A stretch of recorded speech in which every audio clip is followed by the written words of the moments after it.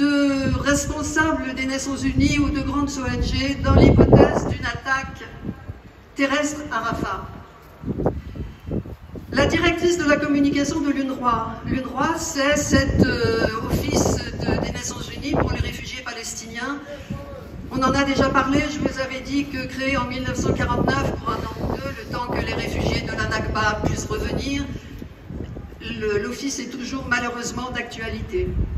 Et donc cette directrice dit « Où que vous regardiez à Gaza, il y a des déplacés. Ils sont installés sous des tentes de fortune fabriquées avec des bâches en plastique, dans les parkings, dans les rues, sur le moindre bout de terrain libre et jusque sur la plage. Toute intensification des combats à Rafah signifie plus de besoins humanitaires, donc plus de travail pour l'UNRWA.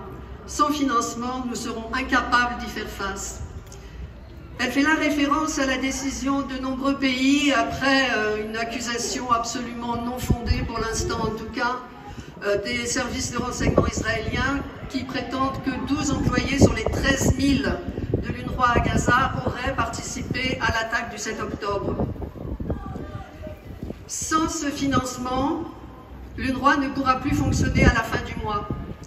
Et les centaines de milliers de réfugiés palestiniens qui dépendent uniquement de l'UNRWA pour leur survie sont condamnés à mort. Un responsable des affaires humanitaires des Nations Unies dit « La densité de population à Rafah rend presque impossible la protection des civils en cas d'offensive terrestre. » Un de mes collègues décrit la situation à Rafah comme une cocotte minute de désespoir. Si elle explose, cela pourrait avoir des conséquences catastrophiques, avec le risque d'un véritable carnage dans le sud de Gaza et potentiellement un débordement en Égypte. Enfin, Ronnie Broman, ancien président de Médecins sans frontières, interrogé sur la possibilité d'une attaque israélienne contre la ville de Rafah et le camp de Rafah, il dit « Quelle que soit la direction que ces déplacés vont prendre, c'est une descente de plusieurs degrés, en plein dans la désespérance, dans l'effroi, dans le malheur, dans la promiscuité, dans la diffusion de maladies épidémiques et probablement dans la préparation de nouvelles générations habitées par la haine, par le désir de vengeance, bref, par la préparation d'un avenir de violence. Donc aussi bien du point de vue de ce qui se passe présentement que de ce que l'on peut imaginer dans le futur, cette offensive rajoute une catastrophe à la catastrophe. Et il a la clairvoyance de mettre en cause la responsabilité des pays qui fournissent des armes, qui restent complices par le silence, ou qui appuient carrément la politique israélienne en disant « Ces atrocités sont commises avec la complicité des pays qui se réclament du droit international, du droit humanitaire, de la légalité internationale, c'est-à-dire les pays occidentaux, au premier rang desquels les États-Unis, mais avec le concours actif de pays européens, dont l'Allemagne, la Grande-Bretagne, la France. Nous sommes en train de devenir activement complices de ce carnage et cette boucherie. »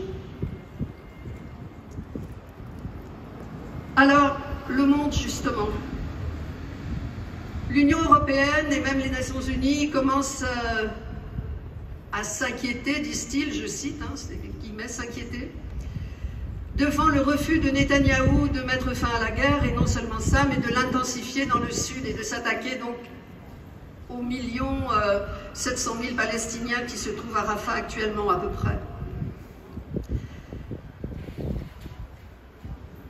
Ils sont suffisamment inquiets pour envisager peut-être, les États-Unis, de limiter la livraison d'armes à Israël. Donc on est très clairement dans une complicité qui n'ose plus dire son nom clairement comme au début, mais qui n'en demeure pas moins une évidence.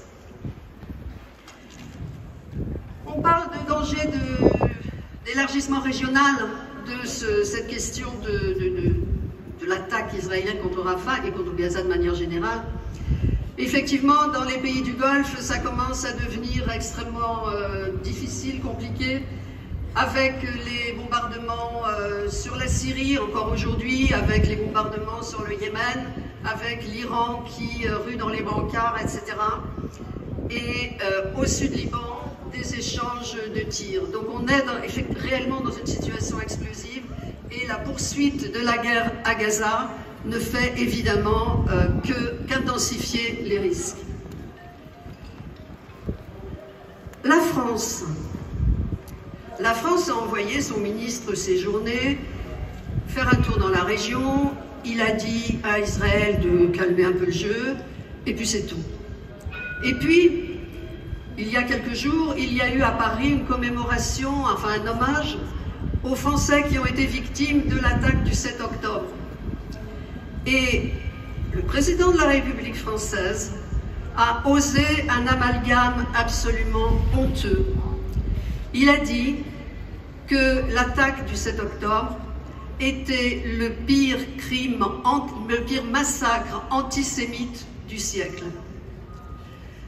Alors on va vous lire la réponse de nos amis et camarades de l'Union juive française pour la paix à cette déclaration.